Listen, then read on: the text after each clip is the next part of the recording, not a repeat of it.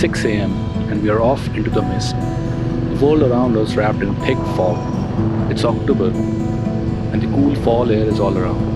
You can barely see ahead, with the horizon lost in the fog, but that's the exciting part.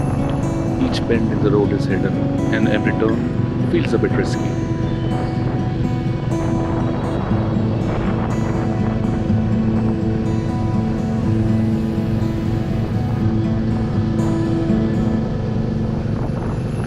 It's too early for traffic on these roads. Only a few cars pass by and their headlights don't appear until they're almost upon me, forcing me to stay sharp. Today, I'm riding with my friends to Renukaji Temple. We'll be making our way through narrow mountain lanes, off-road trails and winding mountain roads. We have chosen to skip the highway, opting instead of a more scenic offbeat route, a road less traveled.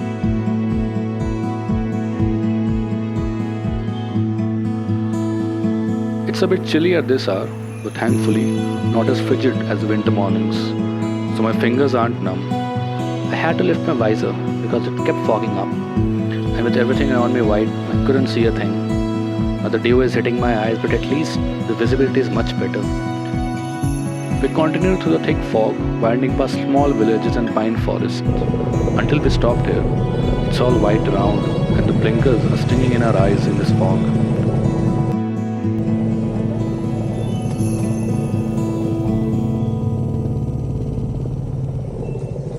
My friend asked me to turn off the hazard lights since they were messing with his vision. We cruised down this scenic road just after passing through Morni, a charming hill station in Haryana. While the hills here aren't towering, they have a beauty all their own. With Himachal just round the corner, the landscape offers the perfect mix of serenity and adventure. These roads are quite narrow, and when the bus approaches, it becomes a real challenge. I have to stay sharp and let it pass carefully. It's not too bad though. I have been riding these roads my whole life. Even with all the experience, it can still be tricky at times. This road will lead us from Nahan to Renukaji. While there will be stretches of highway, most of the journey will be filled with hilly twists and turns, inviting us to savor every moment of the ride. With steep ditches on one side and a rugged hill on the other, we hit the off-road stretch of a ride.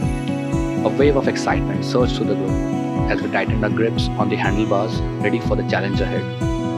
The muddy, rocky trail lay before us, but it didn't seem too daunting.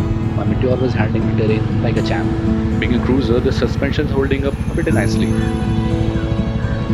My only complaint is with the tires. They are slipping quite a bit on these sandy trails, but it's nothing too serious. We did miss a turn earlier though. That was the actual route to Nahan. It was a paved road, while this is just an off-road trail leading to a village where it eventually reconnects with the main road. And we have entered Nahan. The streets are quiet, likely because it's only 9 a.m. People are just starting to get ready for work and school, but soon the streets will be bustling. We haven't had breakfast yet. We set off at 6 a.m. and after 3 hours of riding through mountains and off-road trails, we are in need of some good food. We'll be stopping for breakfast somewhere along the way.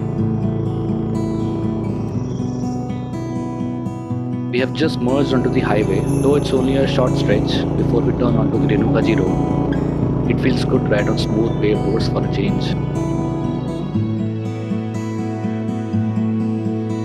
We have left the highway and now on Renukaji road, surrounded by pine trees and hills stretching alongside us. It's truly a sight to behold. We have reached the Badolia Baba Temple. It sits just below the waterfall, nested between the hills and held in place by massive rocks. It's just the three of us here, and the peace and quiet are incredible.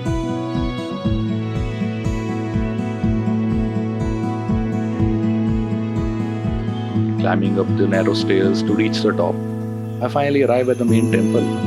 It's locked at the moment, that's alright. The view up here is stunning. The air is crisp and fresh. It's a perfect spot to relax after a long ride. The views from this road are truly something special. Cruising along this mountain path with the towering peaks right beside us is an incredible sight.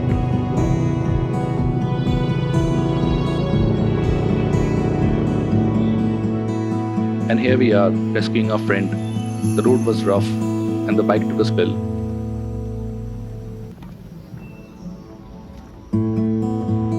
We are pulling it back up now and trying to get it turned around. It took some effort, but all good.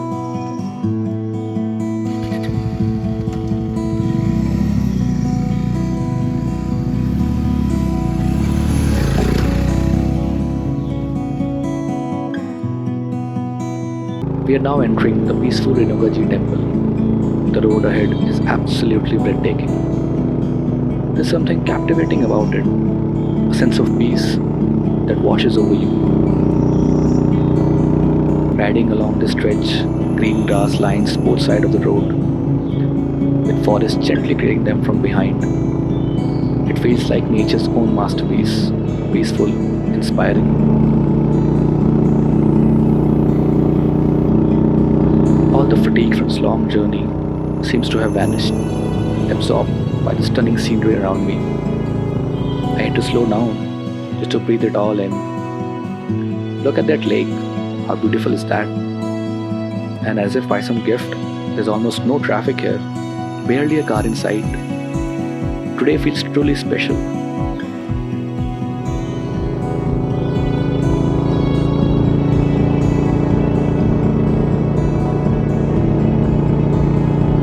Cool canopy of trees takes me back to my childhood, reminding me of the roads near home that were shaded by the tree canopies.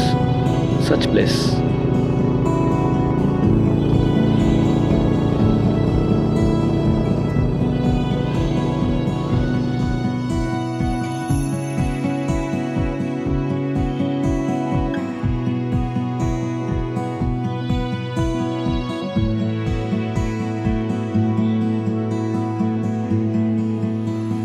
This temple is pure peace.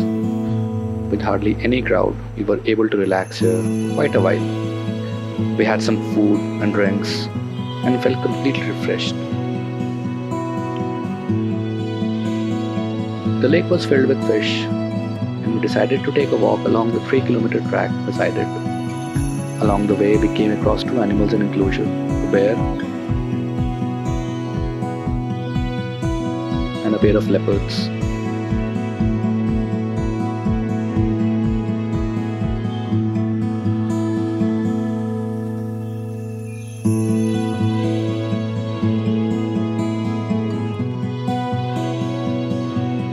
The bear, however, looked sad, probably because it was alone in captivity. It was a bit disheartening to see.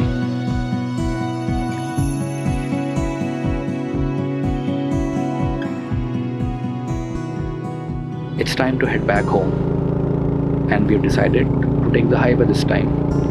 We are pretty worn out, and the off-road section really took a toll on our backs. The journey to our destination took 4 hours, leading us through winding mountain roads, narrow trails, rugged off-road paths, and long stretches of highway. This journey has been nothing short of an adventure. Nature gave us its finest, the stunning views, the fresh air, the sense of peace along the way. What a ride!